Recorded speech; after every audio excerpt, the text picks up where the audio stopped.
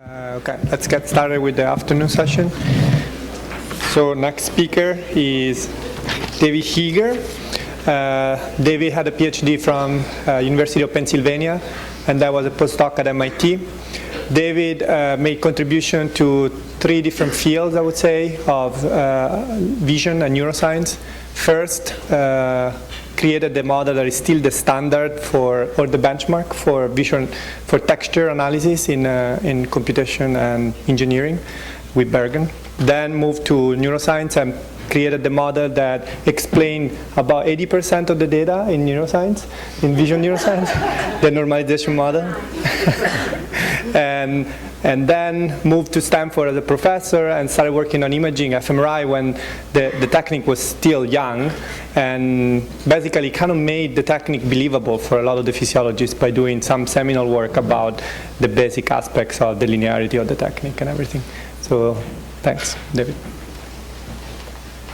Thank you, Franco. It's a pleasure to be here. So I think I was invited to talk about neuroimaging and functional magnetic resonance imaging. So I will do a little bit of that.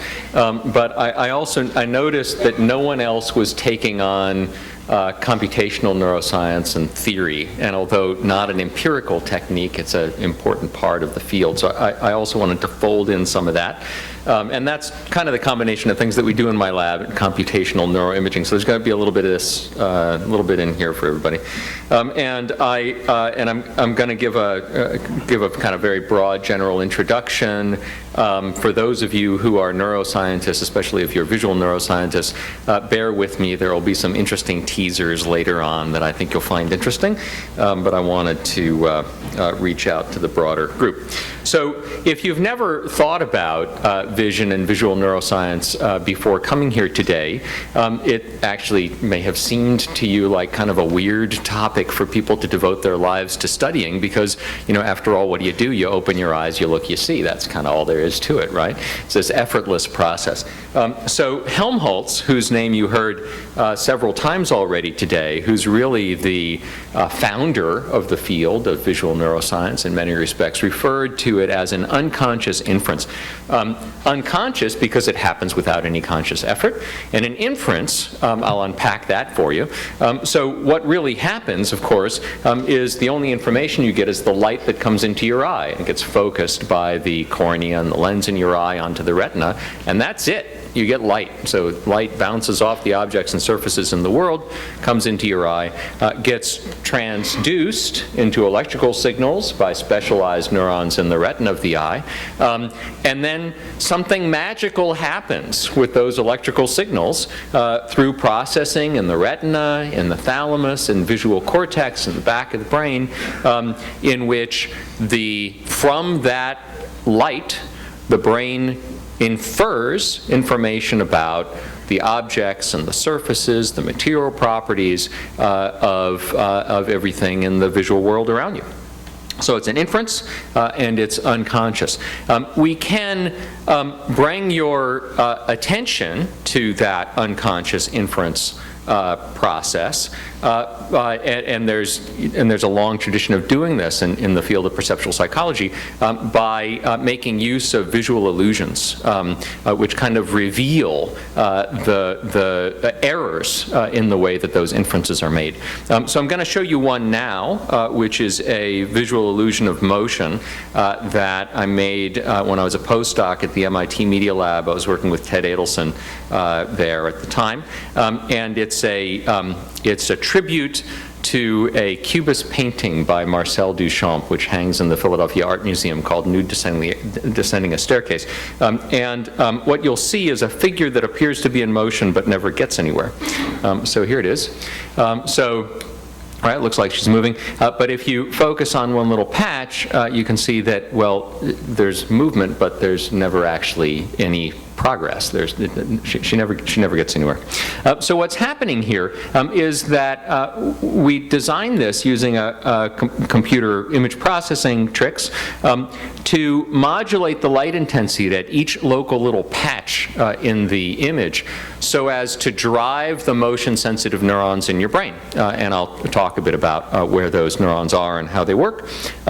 And then, once those neurons respond, so there's some neurons in your visual cortex that are sensitive, each one to a different direction and speed of motion, and those neurons are firing action potentials, and once those neurons start responding, you perceive motion. All right? You can't turn it off. So me telling you that this is a visual illusion of motion, so not actually getting anywhere, doesn't null out the strong perceptive motion that you get. Okay, so here's another example. I'm going to show you this one because I'm going to use it a little bit later. This is going to be a demo of adaptation. So what I want you to do, and the motion after effect, what I want you to do is hold your eyes fixed in the middle here, and this stimulus is going to be moving for a little while. You have to hold your fixation very carefully on that little central square, and you see that the stuff to the right of where you're looking is moving to the right, the stuff to the left of where you're looking is moving to the left. So there's some neurons in one part of your brain that respond to the rightward motion, and there are neurons in fact, the other hemisphere of your visual cortex that are responding to the leftward motion. And over time, as those neurons are responding a lot, they become a little bit less responsive. You could think of it as though they get tired. We don't really think of it that way. They turn down their gain probably more to reflect the statistics of the visual world that they're experiencing rather than just fatiguing, but something like that.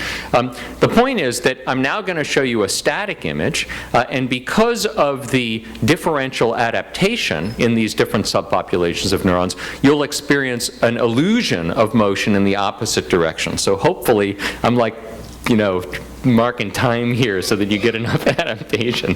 But hopefully this has been long enough, and oh, okay, that worked. Very good. Okay.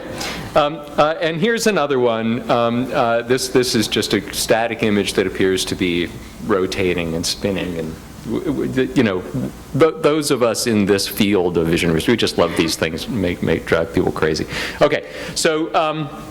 So how do we understand these unconscious inferences and these perceptual phenomena, perceptual illusions?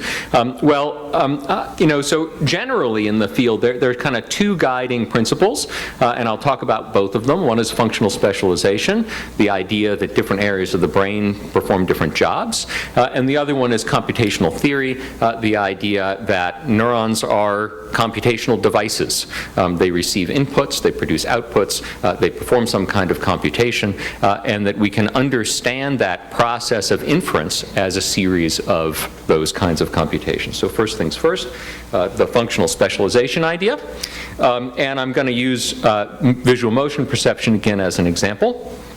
There's a particular area of the brain called visual area MT that was first identified in monkeys, in both owl monkeys and macaque monkeys, and later, some decades later, in humans, in which the vast majority of the neurons are selectively responsive to motion. So this is the world's simplest neuroimaging experiment. We can do this in like 2 minutes on any of you, and it'll work every time. So the experiment works like this. In this case, you're in an MRI scanner. We're measuring these hemodynamic responses that you heard about earlier this morning, holding fixation here. And when you just have a visual stimulus that turns on and off like this, you get activity. This is a slice through the brain. The back of the brain is back here. It's kind of a slice at about this angle. This is about where the primary visual cortical area, V1, is, and you see the activity turning on and off following the stimulus presentation. It's delayed in time, and you heard that this morning because of the sluggishness of the blood flow response. In this case, the stimulus is moving and then stationary, moving and stationary, and you see activity again here in V1, but you see activity over there as well. It's kind of this little spot in the brain that's kind of behind your ear somewhere, and that's where we identify this motion-sensitive area in the human brain, MT. Now, the naming conventions for these brain areas it's actually just a mess, and even those of us in the field get confused about some of the naming conventions.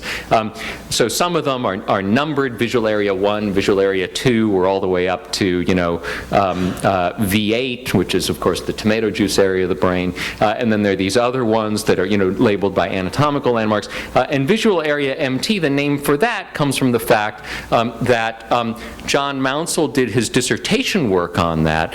So it's actually an acronym for Mounsell's thesis. Okay, that's where MT comes from. Okay, no, it's the middle temporal gyrus of the owl monkey. Oddly enough. Okay, it's also known in England as V5. Okay, just to make things more confusing.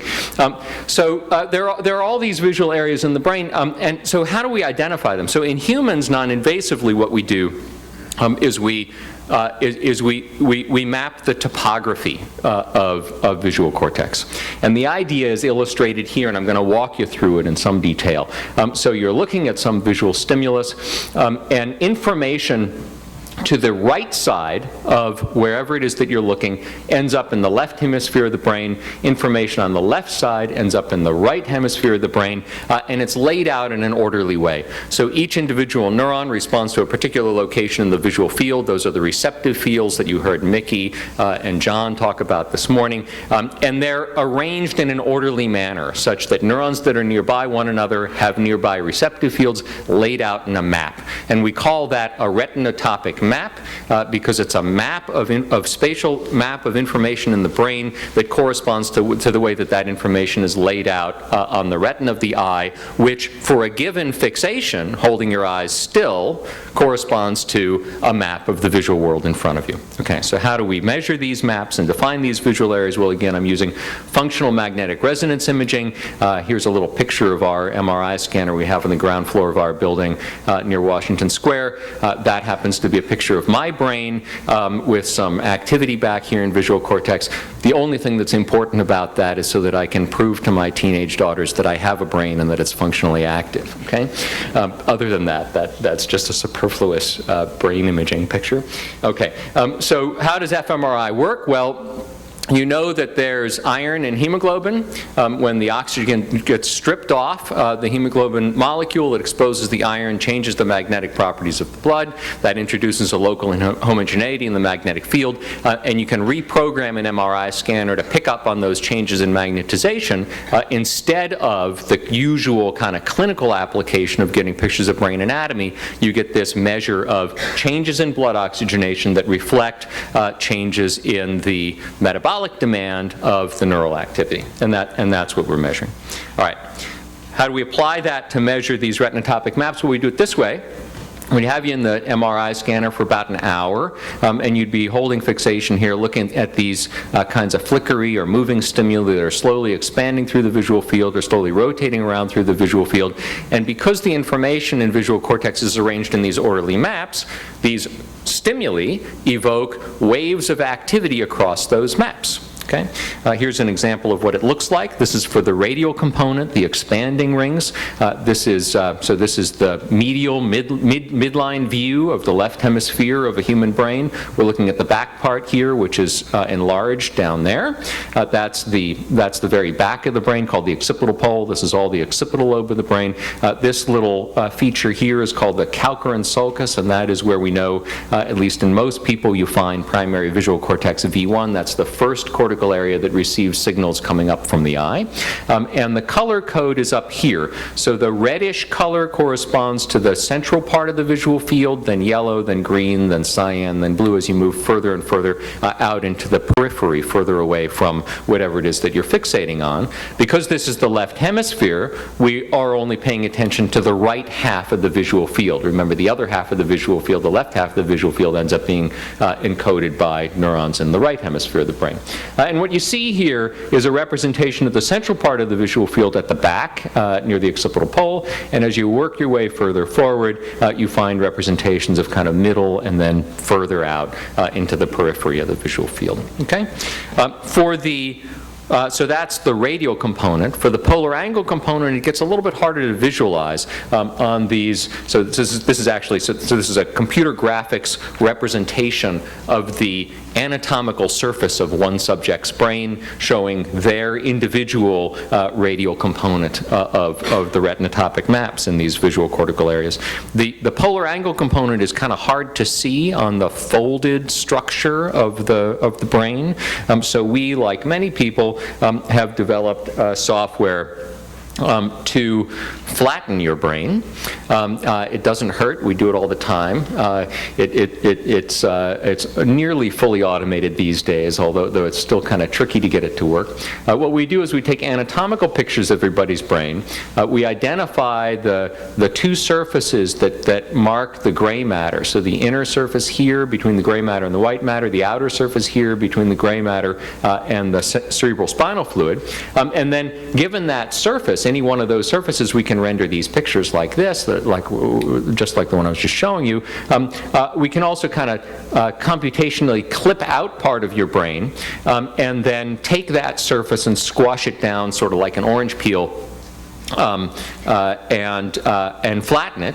And then we can carry along for the ride the measurements of the functional activity and render them on top of that flattened representation of the surface. We call that a flat map. So here's an example of a flat map from one of our subjects' brains, showing you this polar angle or angular component of the retinotopic map. Let me orient you. So this right here is about where the occipital pole is, okay? This happens to be right hemisphere, not left hemisphere. And so as we move this way, we're moving along the calcarine sulcus. Remember, that's where V1 is. When we're moving this way, we're moving from the occipital pole kind of out around the other direction toward your ear, right? This is going up toward the top of your head, and that's going kind of underneath on this bit of the brain that sits in between the neocortex and the cerebellum. All right? The colors. Okay. So here's our color map over there. That's where you're fixating. Everything to the left of where you're fixating in these red, yellow, and green colors is what we expect to see here because we're looking at the right hemisphere of the brain. So that's good. Yellow corresponds to what we call the horizontal meridian, the left hemisphere horizontal meridian. And you see that right along the midline of primary visual cortex V1. So that's right along the deepest part or the fundus of the calcarine sulcus.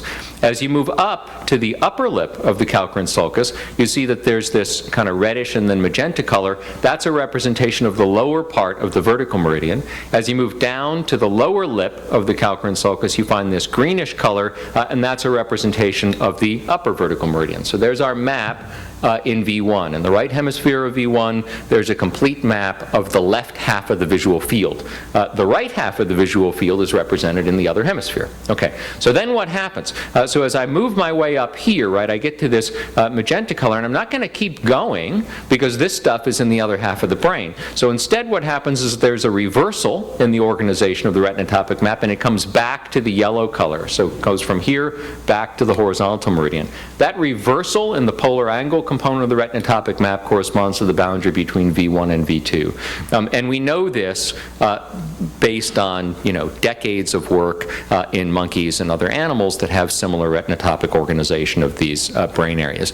Using more invasive methods, there's a whole bunch of factors that you can use that kind of all come together to help you be confident that there's two separate and distinct visual brain areas there. Okay? And then it reverses again and comes back to the vertical meridian, and then there's this interesting split or bifurcation in the map, and from here you see, look, it goes from magenta, lower vertical meridian, through horizontal yellow, up to the vertical meridian, a full hemifield representation here, another reversal through yellow to magenta, a full hemifield representation here, going off this way, magenta through yellow to green, full hemifield here, green through yellow to magenta, full hemifield there. Oh, and then finally we get over here, magenta through yellow to green, there's MT. Okay? All right, so that's how we define these brain areas. So we'll devote about an hour, hour and a half for each individual subject to do these measurements. It takes several weeks to do the analysis, mainly to get the flat maps to look clean. And then somewhere on, my computer file server, there's information for each little, cubic millimeter of my gray matter, whether that little bit of brain corresponds to a part of V1 or V2 or V3, and more than that, the part of the visual field to which it is most responsive. Okay?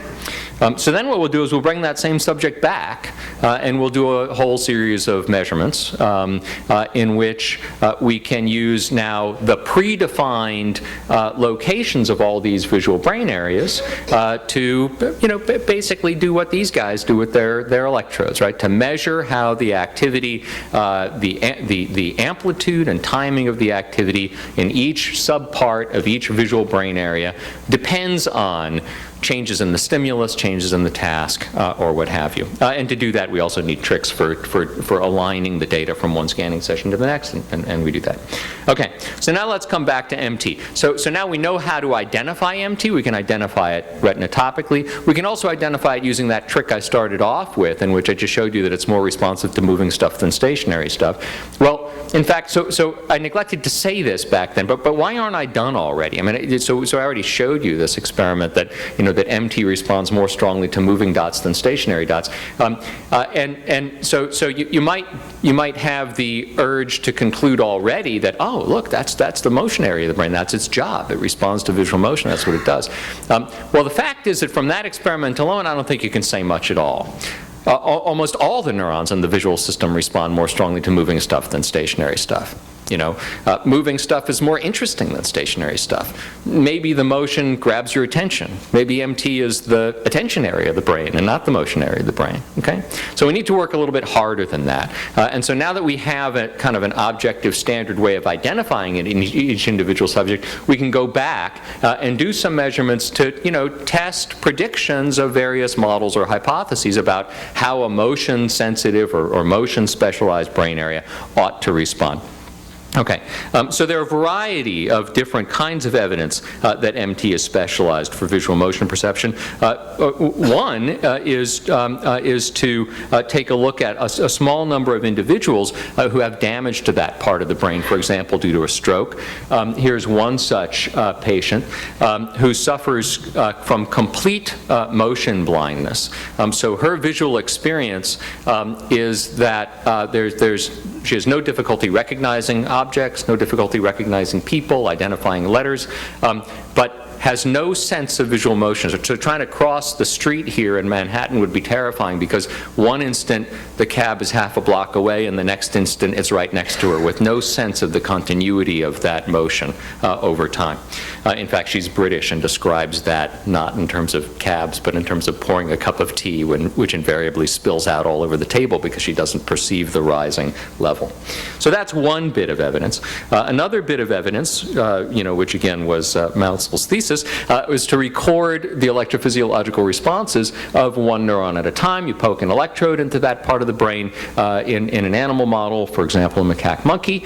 You measure the action potentials and you quantify the firing rate or the number of action potentials evoked by different stimuli. In this particular case, you might find a neuron in MT at one location that prefers, say, upward motion. It fires a lot of action potentials when a stimulus, pretty much regardless of what it looks like, as long as it has an upward motion at the right location in the visual field within the neuron's receptive field, it'll fire a lot of action potentials. Downward motion evokes no response. You'll find another neuron right nearby it, maybe a fraction of a millimeter away, that responds to downward motion and not to upward motion. The idea is that across the population of neurons, there are individual neurons that respond to every possible direction of motion at every possible spatial location in the visual field, and together they provide a complete representation of the way that the retinal image is changing and moving over time.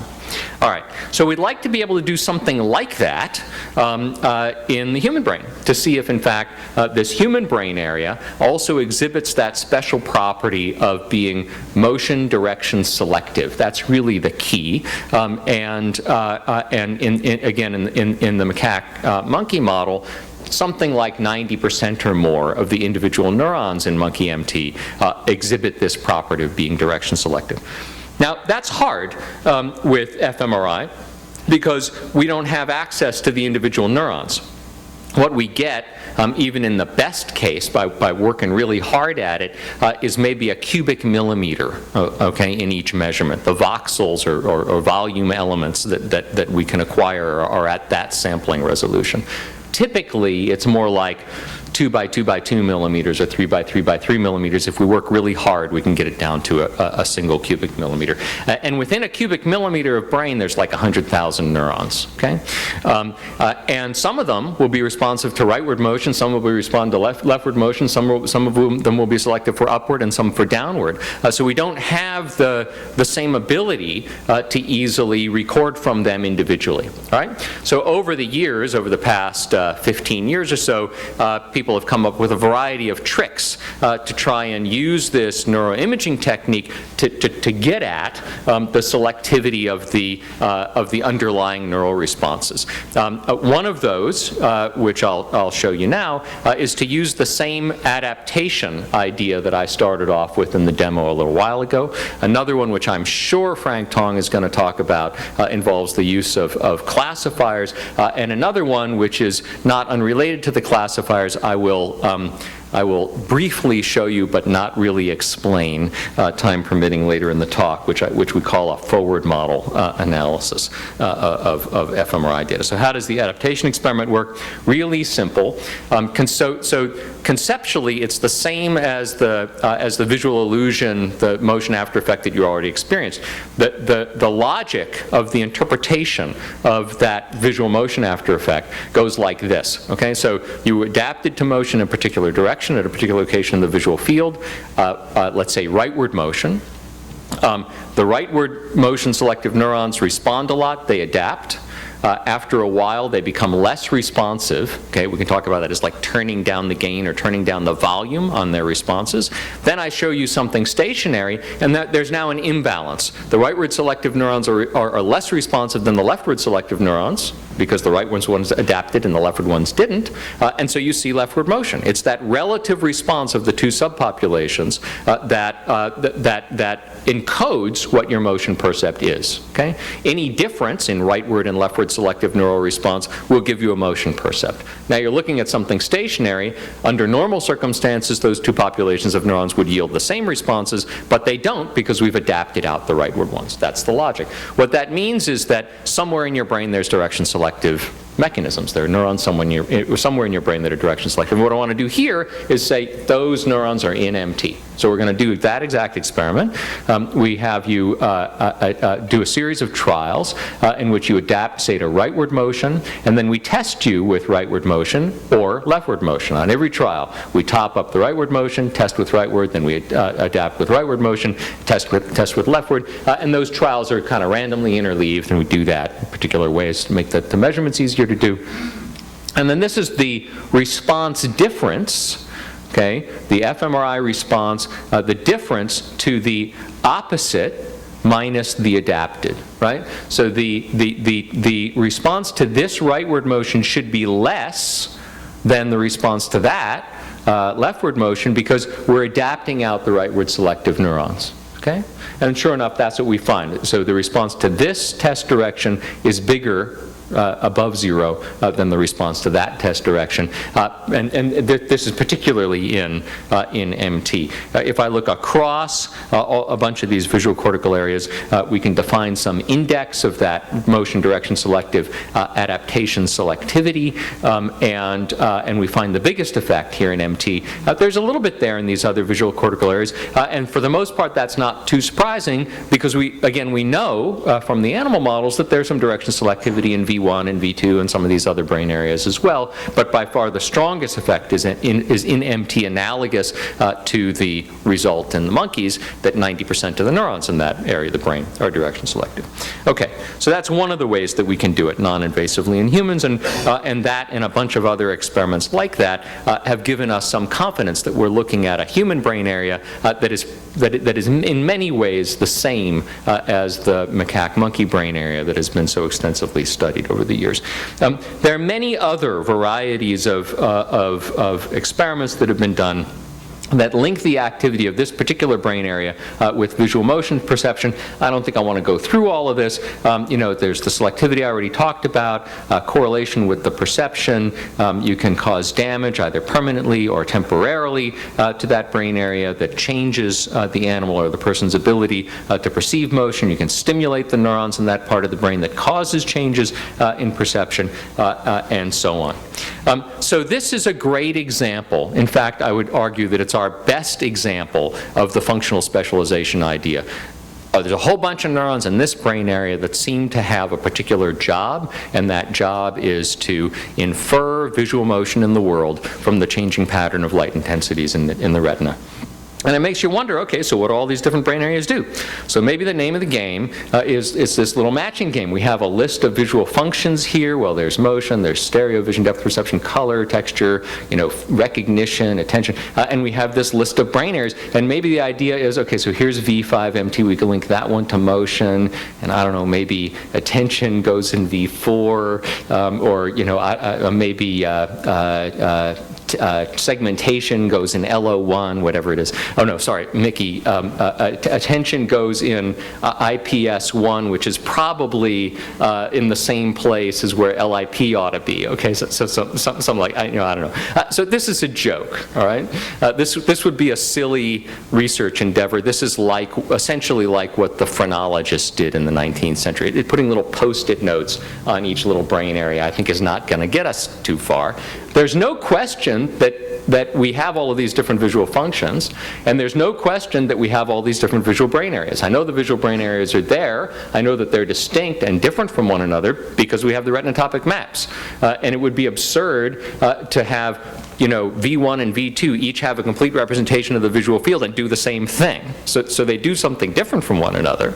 The argument is that I think we just have the wrong list of functions over here. All right. So on top of that, you dig a little bit deeper and you find out that the neurons in MT seem to do more than just visual motion.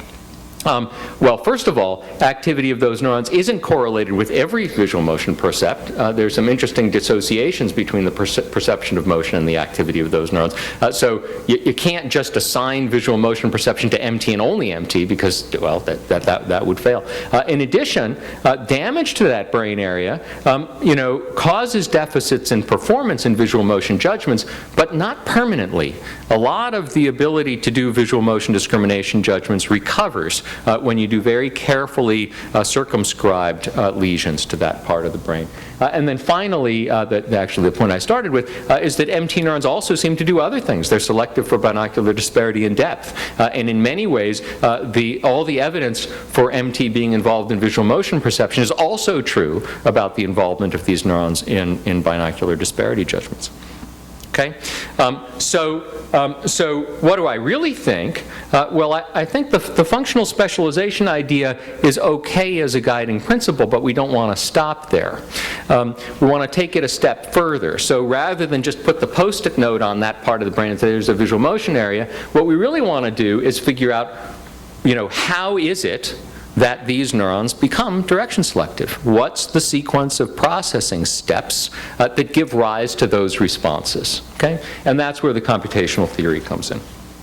All right, so I've used up more than half my time to pick up the speed a little bit. Okay, so neurons perform computations. They are in complex circuits. The numbers are amazing. 50 to 100,000 neurons per cubic millimeter, on the order of 6 to 10,000 synapses, connections per neuron. That's the sum total. The number that I like the most is that there's, in a cubic millimeter of cortex, there's something like a kilometer of axon, which just boggles your mind how you could cram all of that axon into that little amount of space.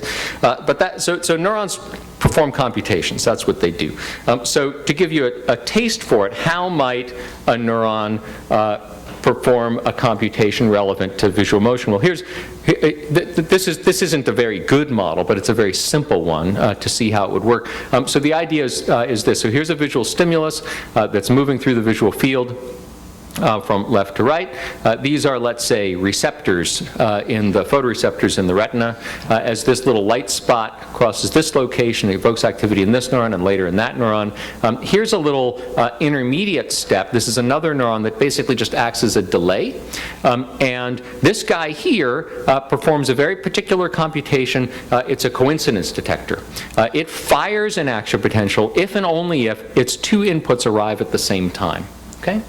So there you go. That's a motion, direction, and speed selective response. If the light spot were moving the opposite direction, the two inputs wouldn't arrive at the same time, and it wouldn't. And this guy, as a coincidence detector, wouldn't respond. If it was moving at the wrong speed, likewise, it wouldn't respond. Okay, so that's not exactly how we think it works, but it gives you a little taste for it. Let me walk you through some of the ideas that we do think are right, and I'm going to start with orientation selectivity, which is just one step simpler than motion and direction selectivity.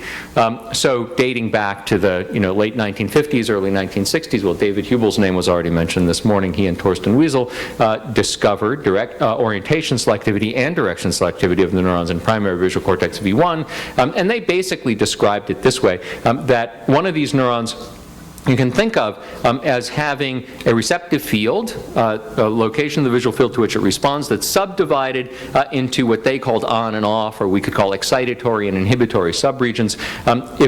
If you add light in the center part, that tends to increase the neuron's response. Putting light in these flanking regions tends to decrease the neuron's response.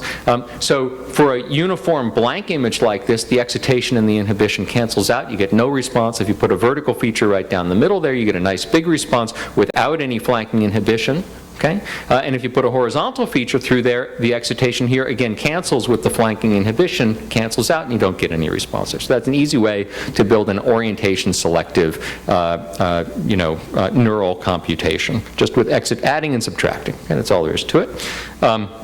One little trick you need to worry about, according to that story, just as I told it to you, if I then just flipped the sign of all of the modulations of the light intensity, so you have like a gray TV screen and you're either flashing little bright spots or dark spots, adding and subtracting light against that gray. If I just flip the contrast of the image, the neuron's response should flip in sign. Of course, you can't get a negative number of action potentials, right? Action potentials, it's a count of firing rate, right? That has to be a positive number. So back in the 1970s, Tony Movshin and colleagues amended that model to say, well, okay, so there's this linear sum, addition and subtraction, but then that's followed by a rectification. You just throw away all the values that are less than 0. Okay? And then you have a problem easy to fix. You need to somehow represent those negative values, and you do that by having pairs of complementary receptive fields. So this one has excitation flanked by inhibition. This one has inhibition flanked by excitation. Whenever this guy's responding, that one's not. You think of one of these as coding the positive numbers, the other one is coding the negative numbers. Okay, great. Orientation selectivity. Motion is like orientation in space-time. So the idea of building a direction selective computation is no harder than building an orientation selective one. Here's how we think about that, and this is an idea of Ted Adelson and Jim Bergens from a while ago now. So imagine a very simple visual stimulus, a vertical line that's moving to the right over time, and pretend that you make a movie of that visual stimulus. So here it is in X, Y, and T. I take the frames of that movie and stack them up to make this space-time cube of image intensities. It starts off on the left, moves over to the right, sweeps out this volume along the way. If I look at that from above, X and T, right? This is the present, it's right here, it started off in the past over there, it's going to end up in the future over there. You can see that, that it's tilted in this representation.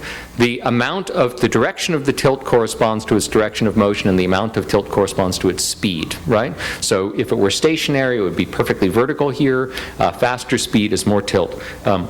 Slower speed is less tilt. Now here's a real example of that. This is a video sequence that the electrical engineers use for testing different algorithms for doing video compression. And so here's a single frame of that. This is the XT slice here, and you can see these oriented kind of diagonals in here corresponding to the different speeds of motion of the different objects in the video as it changes over time.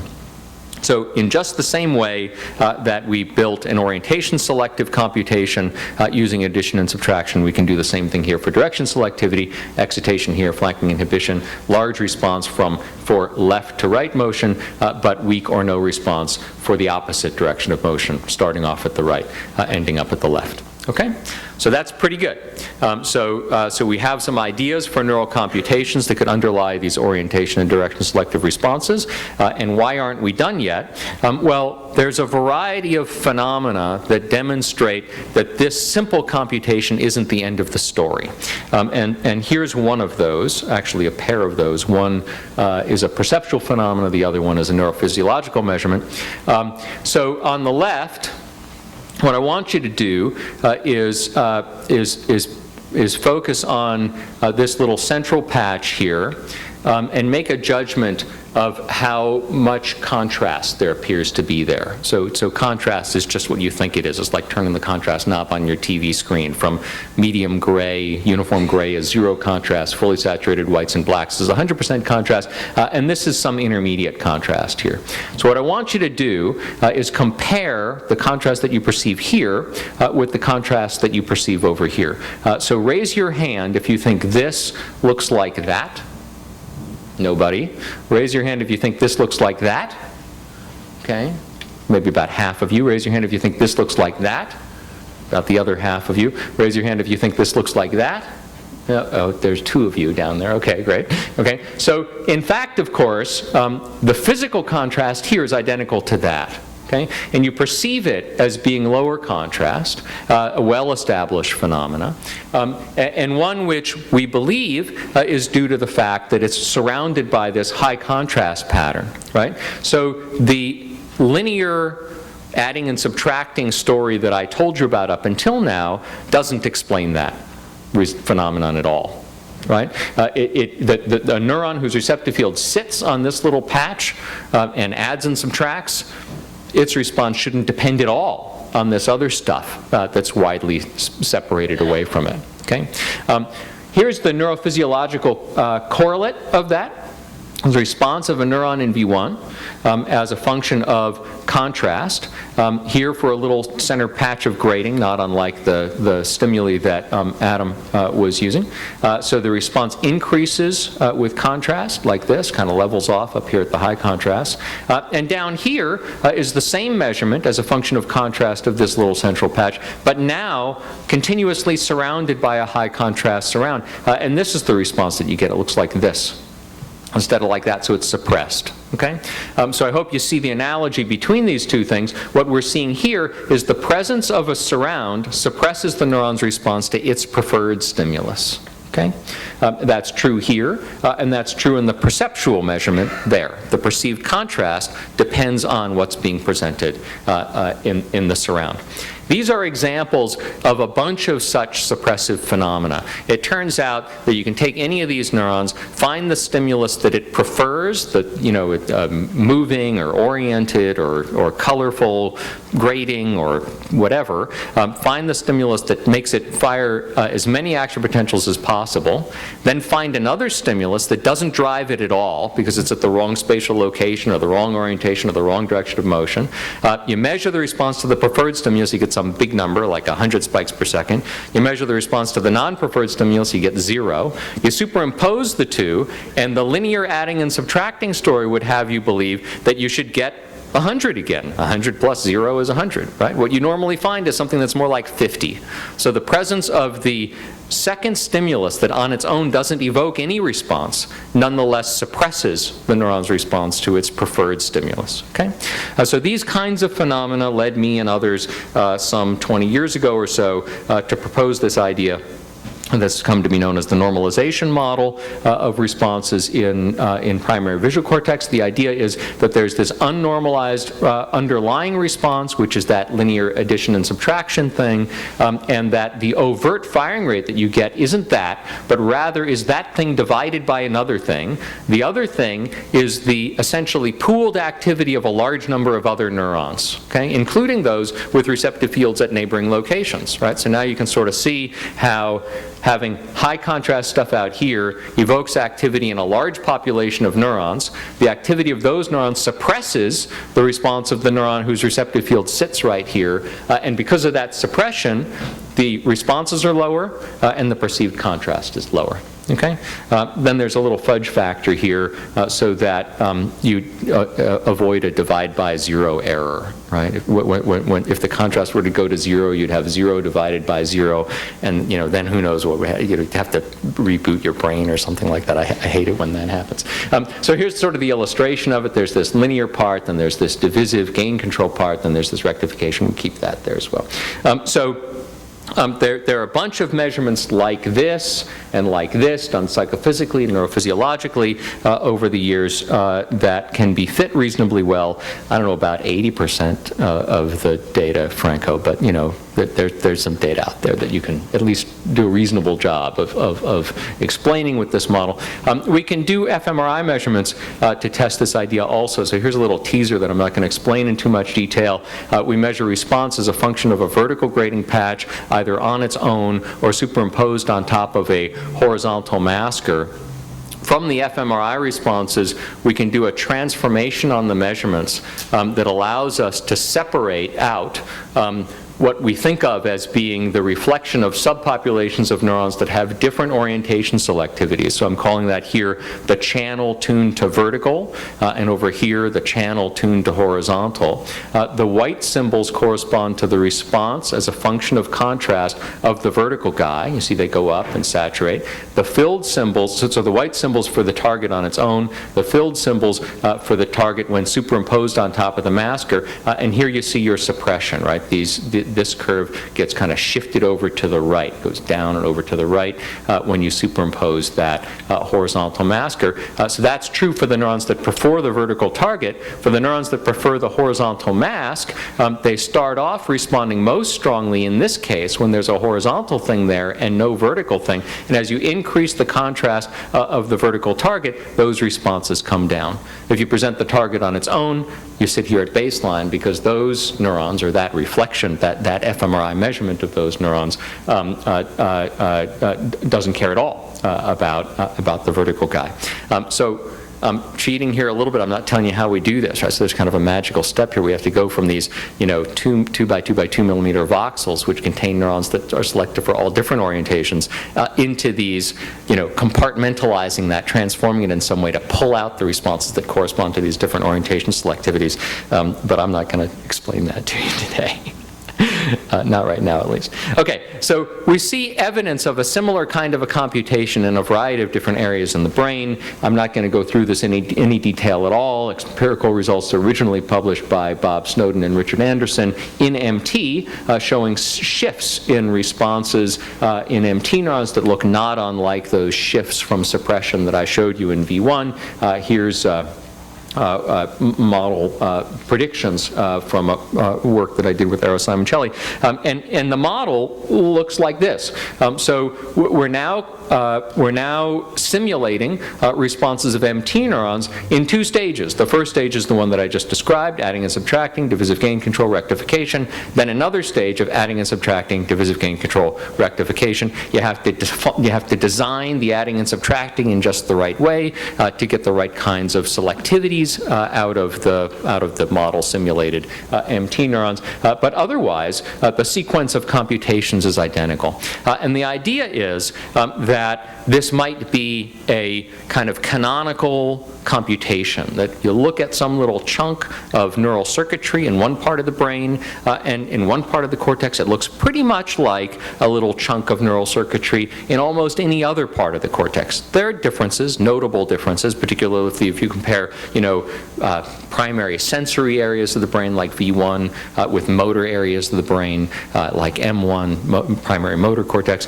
But there are an awful lot of commonalities. The types of neurons you see, the ways that they're interconnected are very similar from one area of the brain to the next. And the hypothesis is that there's some basic computation that these neural circuits perform that might be reasonably well approximated by what I've just described: adding and subtracting, divisive gain control, rectification. Okay, so and there's some evidence for this here, that we see a similar computation in MT.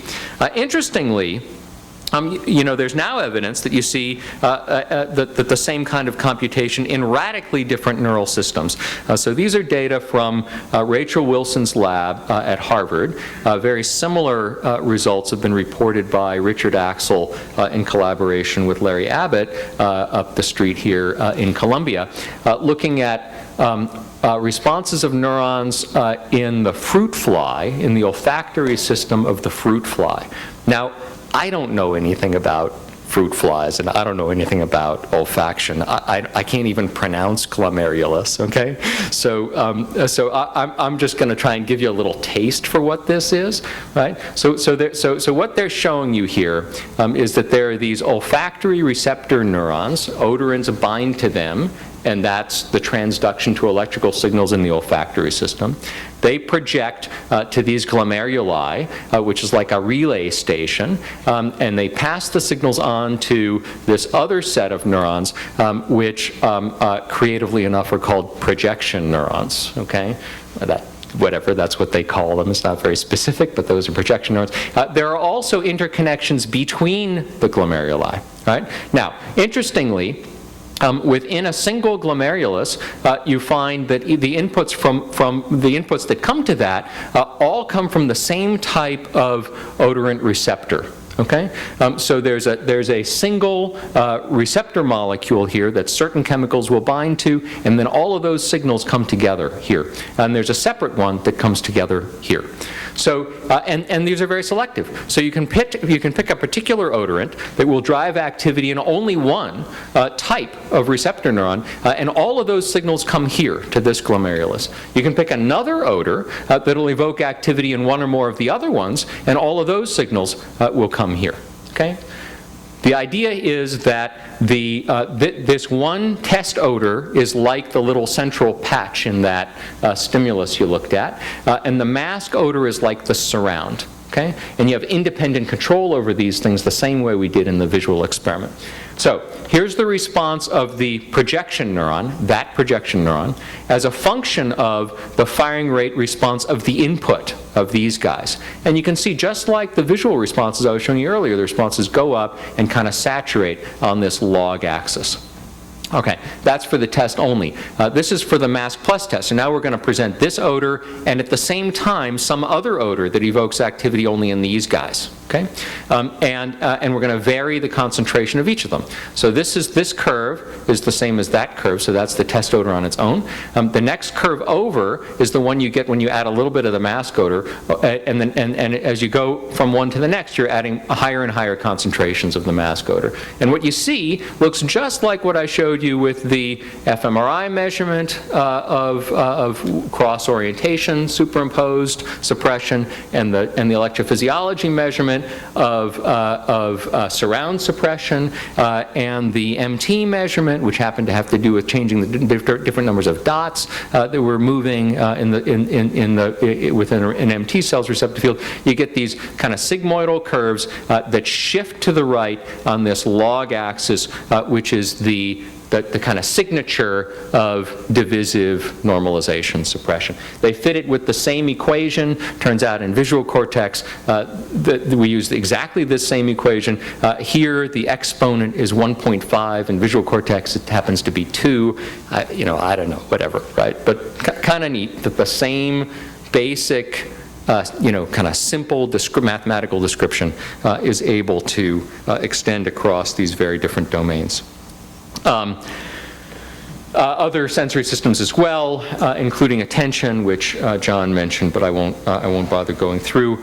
A lot of interesting theoretical ideas as to why normalization does something for you. Theoretically, what does it do? Why is it important? Why would it be conserved across so many neural systems and species?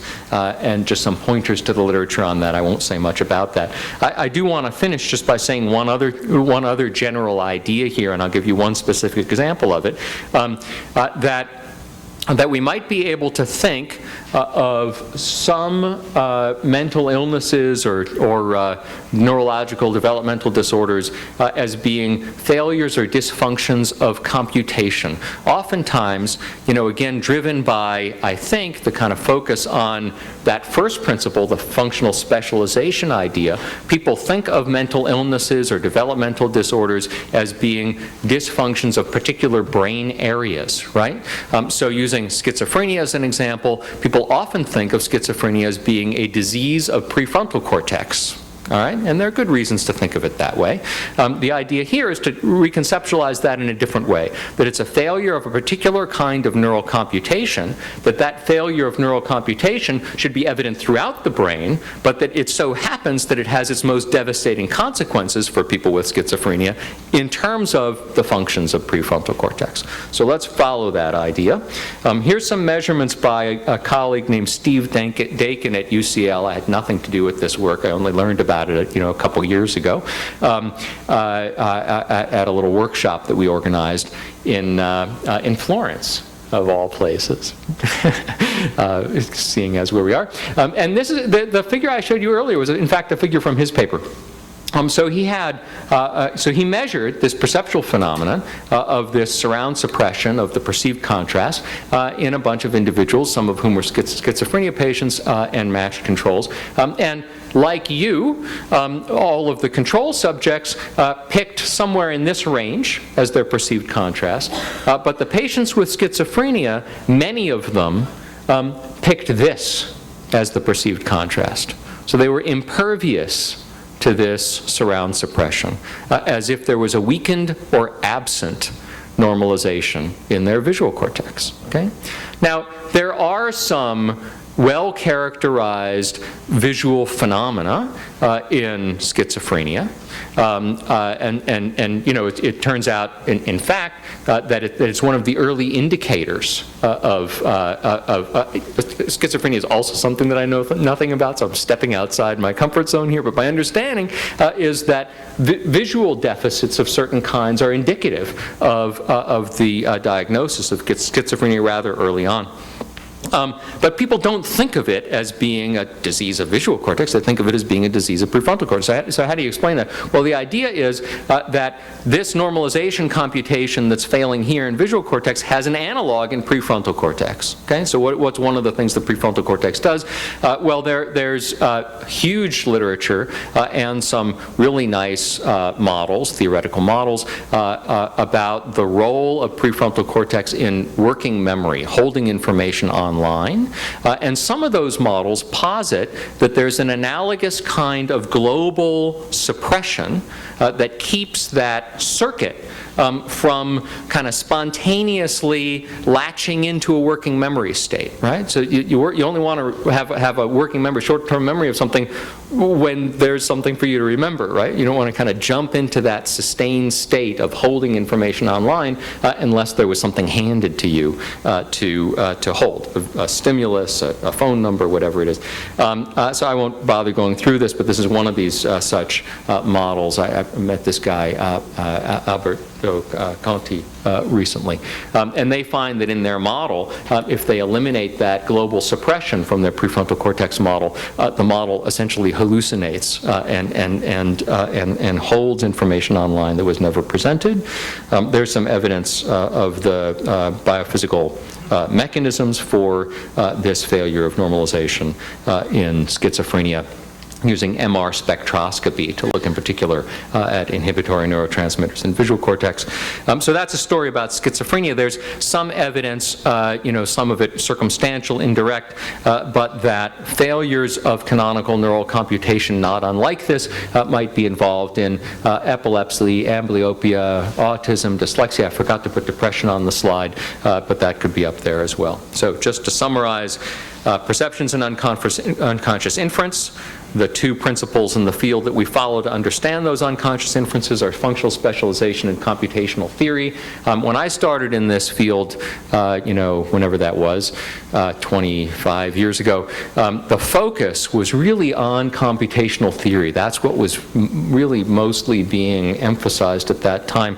With the advent of neuroimaging in particular, I think there's been a huge amount of emphasis on functional specialization. This is the kind of stuff you read about in the New York Times all the time. Neuroscientists identify the apple peeling area of the brain, or whatever it is, right? These little, these spots on brains that light up when you do when you have subjects do some task or whatever it is. And I think that's important when used correctly, but there needs to be a balance between these two things. They really do complement one another quite well. Applications here to a variety of different neural systems and neurological and mental illnesses. And then the last thing I want to say is that oftentimes, not uncommonly, especially in a symposium like this that's focused on techniques, we can fall into a methods war in which you want to say, well, so which of these things is better? Is electrophysiology, single unit electrophysiology better, or multi-unit electrophysiology, or do we learn anything from fMRI that we didn't already know, or how about behavior? And I think that's kind of the wrong way to think about it. I think the goal is all of these methods are tools that we have for testing computational theories and linking, phenomena with theories. The theories are being developed to explain the phenomena, and we have these methods for testing those theories. So rather than think about these things as competing with one another, I like to think of them as each in its own way providing a complementary, different way of testing the links between this stuff and that stuff. List of collaborators dating back many years, because I went through a lot of different kinds of work here, and I thank you. And my brain thanks you.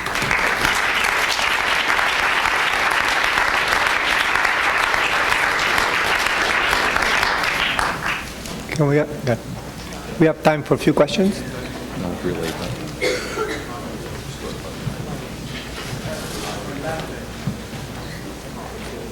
In the back. Hi. One, two. Oh. Hi. Hi. I have a quick question. How do you think that the rigorous psychophysical techniques that visual scientists use can be applied to study disorders, as you mentioned, such as autism disorder, where it's very hard to keep patients still, for example? Okay, so the question is, how can we use rigorous behavioral psychophysical techniques to study mental illness, developmental disabilities, patient populations, for example, autism? Interesting that you should ask that. I'm involved in a collaboration with some colleagues to do just that. We're going to use the visual system as a model, not because vision is the main problem in autism, but because we have these behavioral psychophysical protocols for assessing each of the different types of neural computation. We have ways psychophysically in visual psychophysics for assessing the integrity of the spatial summation, adding and subtracting, the division, right, and thinking about ways of extending that to assess the dynamics. And we want to test this idea that there might be evidence for, and there is some evidence out there already, but test this idea that there might be a failure of a particular kind of neural computation. Let me just give you a little teaser about that. This is an amazing number, I think, okay? So it turns out that about 70% of individuals with autism or autism spectrum disorders either have epilepsy or they have abnormal EEG that looks like the spiky EEG that you find with someone with epilepsy, okay? It appears to be non-focal, indicating a widespread imbalance, at least, some kind of imbalance in the dynamics of excitation and inhibition in the brain. That's a huge number, right? So the genetics of autism, at best, explains 1% of the cases.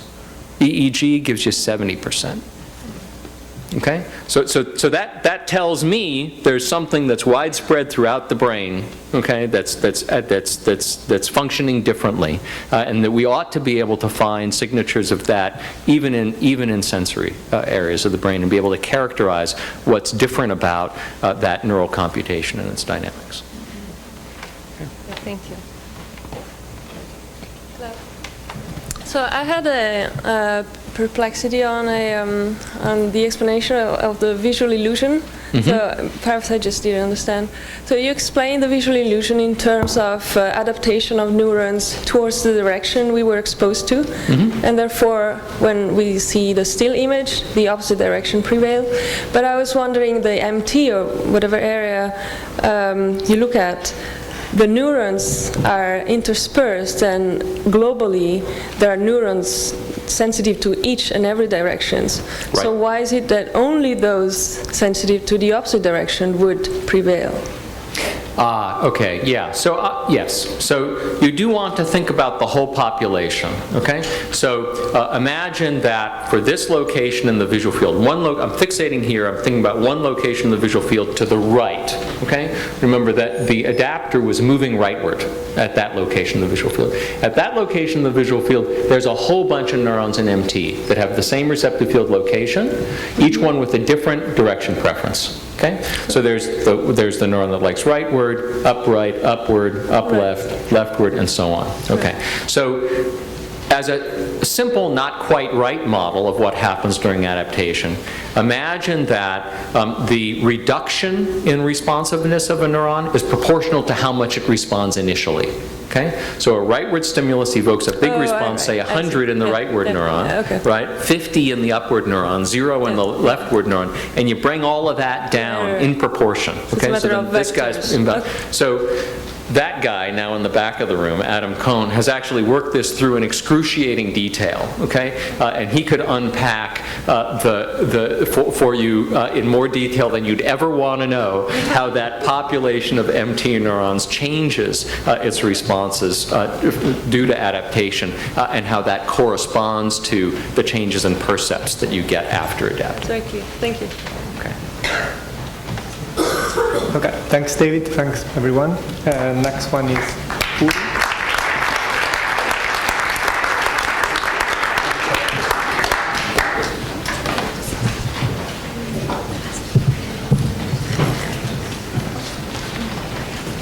We can probably hear.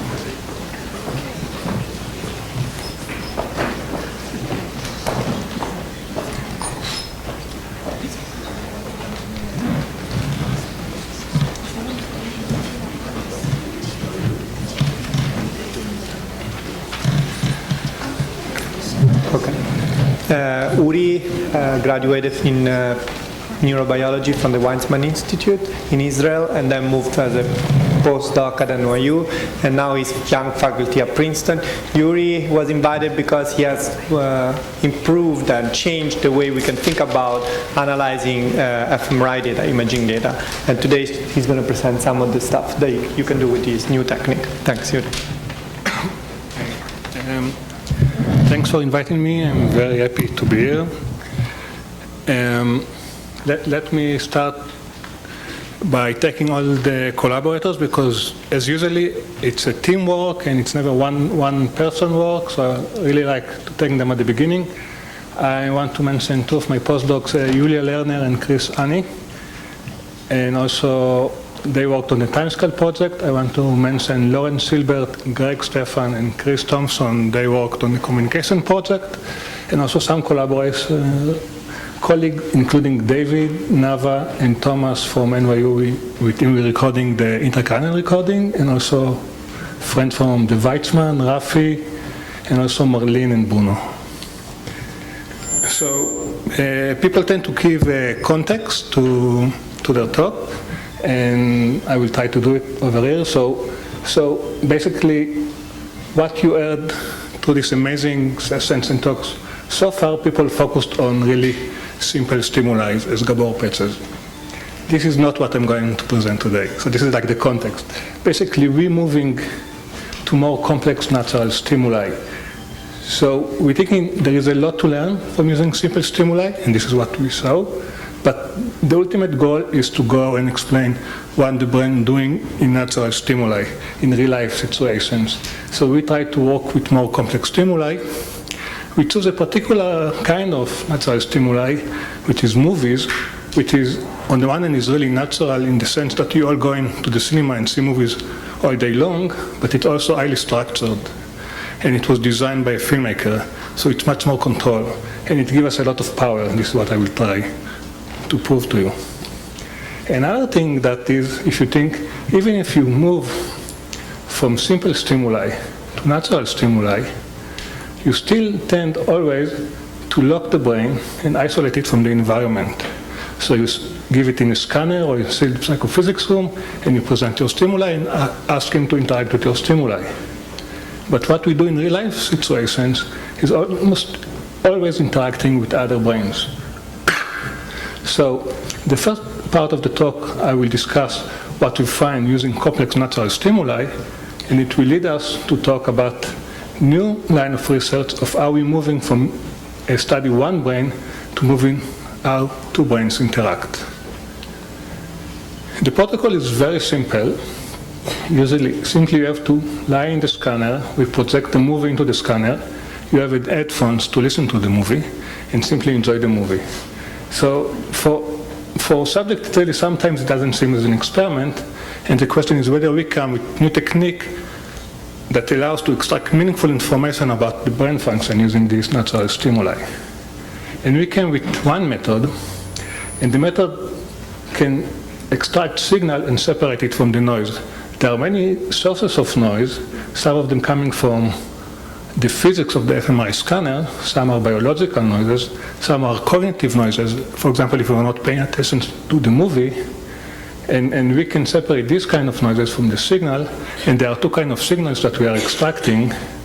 One signal is the signal that is heard across all people, and the second kind of signal is a signal that is unique to individual, but it's not shared by the group.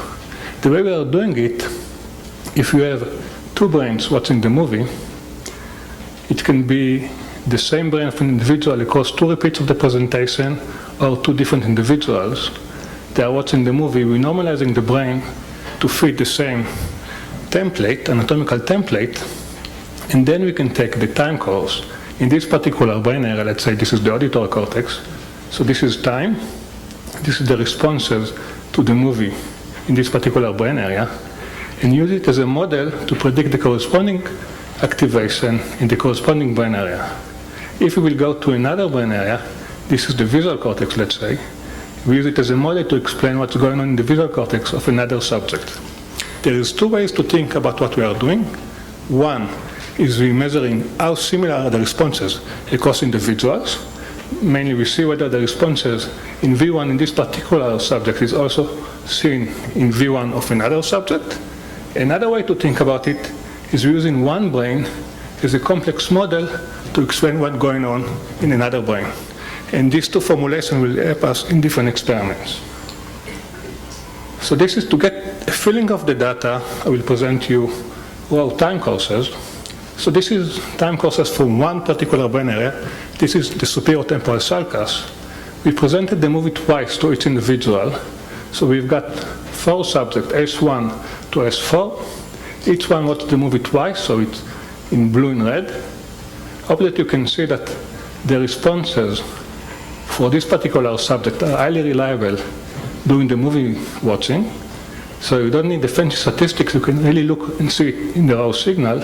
There is a lot of correlation going on for this particular subject, but if you will pay attention across subject, you can see variability in the group. These two subjects are correlated. These two have anti-correlation. These have zero correlation. So if you look on the group level, you can see a lot of variability. This is an example of responses that are unique to individuals but are not shared by the group.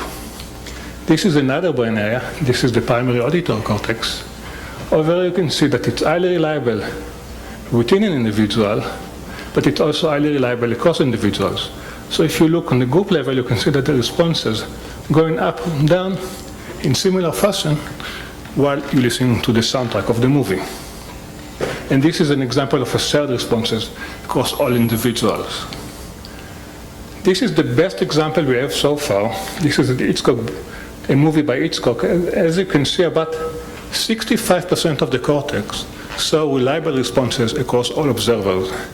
This is including the entire occipital cortex, the entire parietal cortex, most of the temporal cortex, and many frontal areas. This is the medial part, and this is the lateral side of the cortex. And I think Hitchcock was known of his capacity to take control of people, take control of the viewer's responses. And what we see the neural correlate of it, and we see that all subjects responding in the same way while they're watching the movie. So the question I will ask is it really specific to movies? So now we're going to move to stories. So there is a wonderful event in New York City called the Moth, where people going on stage and telling real-life stories.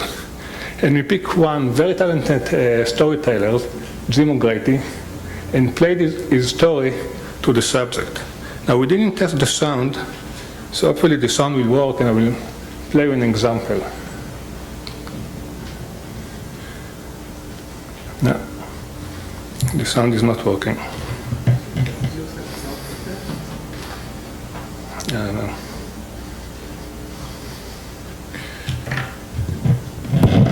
They playing here? Yeah.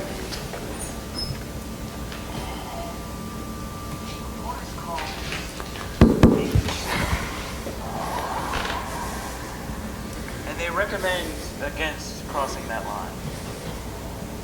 But I had just seen the line crossed between a high-powered D and assault with a pastry. And I kind of liked it. So I'm not sure whether you were able to hear, but I gave you the text over there that you will be able to listen to what the guy was saying. So basically now we're simply playing the soundtrack. There is no visual stimulation. And what you can see, you lose the entire occipital cortex because there is no vision going on. Okay? So this another demonstration that our technique is really selective, and it's also capturing the signal that is highly selective. But you can see that there are many brain areas that are correlated across listeners, and this is going from A1, going to the superior temporal gyrus, Wernicke's areas, parietal cortex, Broca's areas, dorsolateral prefrontal cortex, precuneus, and middle prefrontal cortex. So there's a huge network that responds in the same way across all of you while you're listening to a story. So this is like the basic finding. We say that there is a shared responses across all viewers while they're watching a movie or listening to a story. And the question is, why should we care? What is the meaning of these shared responses? Is it a simple artifact, or is it a really interesting phenomenon that our brain responds in the same way? And the layout of my talk is, I will try to convince you that it's a highly interesting phenomenon and you really learn new things about the brain. So given that this is a method symposium, I will start with some low-level aspect of the stimuli and also ruling some low-level confound that can really make this observation really trivial. And then after we'll do it, we'll go and we'll reveal some aspect of this stimuli, and I hope that I will convince you that it's really highly interesting and we'll get more and more high level as this talk will progress. So let's start with a simple artifact. Is it simply like global arousal effects? For example, if I'm watching the movie, my heartbeat can go up and down in a highly regulated fashion. There is an echo going on while I'm watching the movie, right? So that can use this highly reliable correlation that have nothing to do even with the brain responses, right? So in order to rule out this simple confound, we looked on the responses across different brain areas. So now instead of having 4 individual subjects, what you have 4 brain areas. You have V1, A1, interparietal sulcus and dorsolateral prefrontal cortex. Now, instead of having two individuals, you have two average groups of subjects, independent groups that watch the movie.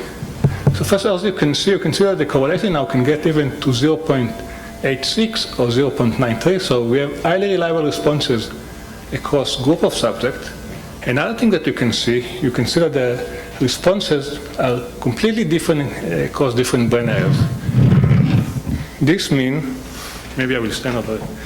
This means that each brain area is responding in a different way during the movie watching, but is responding the same across all observers. So these huge, highly reliable responses, it's actually highly complex spatiotemporal responses, meaning each brain area is doing something completely different while watching the movie, but it's doing the same across all of you. So this immediately rule out this like high global arousal effects, because you see you're really capturing some very complex spatiotemporal dynamics that really serve across all observers. Now there is another thing.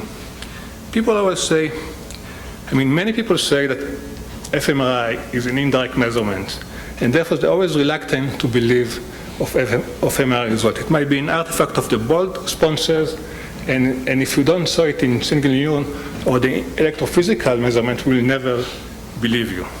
So I think these people I'm not going to convince today.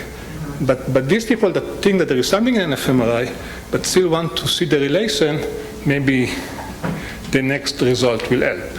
So what we did, we took an opportunity in NYU Medical Center. There's epileptic patients